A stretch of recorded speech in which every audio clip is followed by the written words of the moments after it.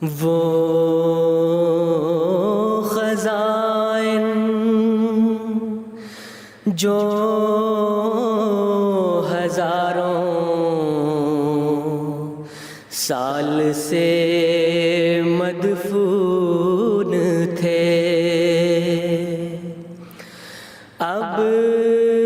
میں دیتا ہوں اگر کوئی ملے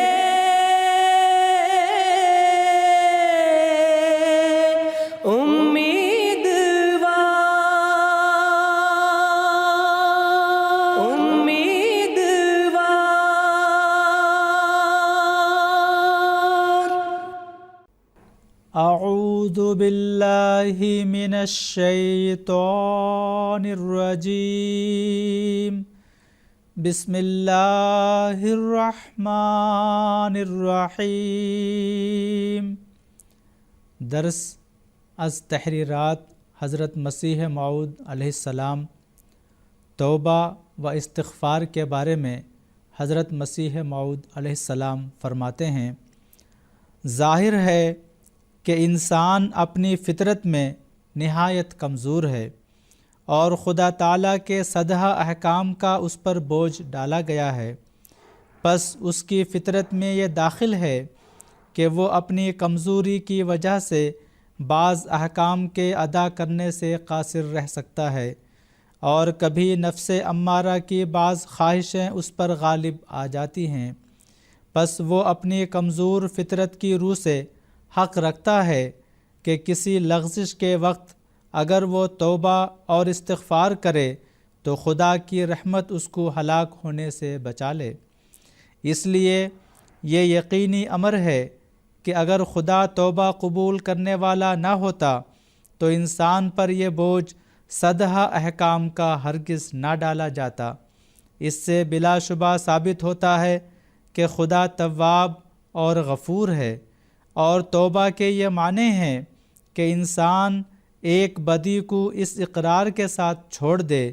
کہ بعد اس کے اگر وہ آگ میں بھی ڈالا جائے تب بھی وہ بدی ہرگز نہیں کرے گا۔ پس جب انسان اس صدق اور عزم محکم کے ساتھ خدا تعالیٰ کی طرف رجوع کرتا ہے تو خدا جو اپنی ذات میں کریم و رحیم ہے وہ اس گناہ کی سزا معاف کر دیتا ہے، اور یہ خدا کی اعلیٰ صفات میں سے ہے کہ توبہ قبول کر کے ہلاکت سے بچا لیتا ہے، اور اگر انسان کو توبہ قبول کرنے کی امید نہ ہو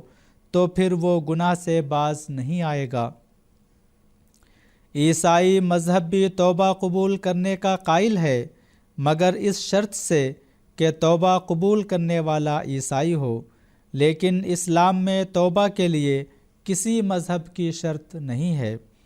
ہر ایک مذہب کی پابندی کے ساتھ توبہ قبول ہو سکتی ہے، اور صرف وہ گناہ باقی رہ جاتا ہے جو کوئی شخص خدا کی کتاب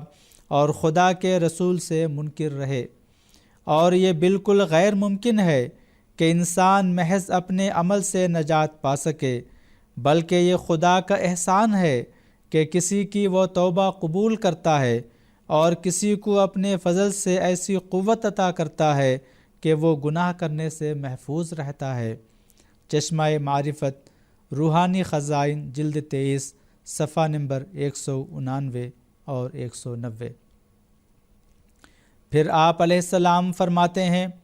یاد رہے کہ توبہ اور مغفرت سے انکار کرنا در حقیقت انسانی ترقیات کے دروازے کو بند کرنا ہے، کیونکہ یہ بات تو ہر ایک کے نزدیک واضح اور بدیہات سے ہے کہ انسان کامل بالذات نہیں بلکہ تکمیل کا محتاج ہے، اور جیسا کہ وہ اپنی ظاہری حالت میں پیدا ہو کر آہستہ آہستہ اپنے معلومات وسیع کرتا ہے، پہلے ہی عالم فاضل پیدا نہیں ہوتا، اسی طرح وہ پیدا ہو کر جب ہوش پکڑتا ہے تو اخلاقی حالت اس کی نہایت گری ہوئی ہوتی ہے۔ چنانچہ جب کوئی نوعمر بچوں کے حالات پر غور کرے تو صاف طور پر اس کو معلوم ہوگا کہ اکثر بچے اس بات پر حریص ہوتے ہیں کہ ادنا نزاع کے وقت دوسرے بچہ کو ماریں، اور اکثر ان سے بات بات میں جھوٹ بولنے اور دوسرے بچوں کو گالیاں دینے کی خصلت مترشح ہوتی ہے، اور بعض کو چوری اور چغل خوری اور حسد اور بخل کی بھی عادت ہوتی ہے، اور پھر جب جوانی کی مستی جوش میں آتی ہے تو نفس امارہ ان پر سوار ہو جاتا ہے، اور اکثر ایسے نالائق اور ناگفتگنے کام ان سے ظہور میں آتے ہیں جو صریح فسق و فجور میں داخل ہوتے ہیں۔ خلاصہ کلام یہ کہ اکثر انسانوں کے لیے اول مرحلہ گندی زندگی کا ہے،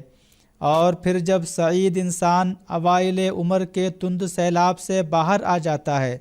تو پھر وہ اپنے خدا کی طرف توجہ کرتا ہے اور سچی توبہ کر کے ناکردگنی باتوں سے کنارہ کش ہو جاتا ہے، اور اپنی فطرت کے جامہ کو پاک کرنے کی فکر میں لگ جاتا ہے۔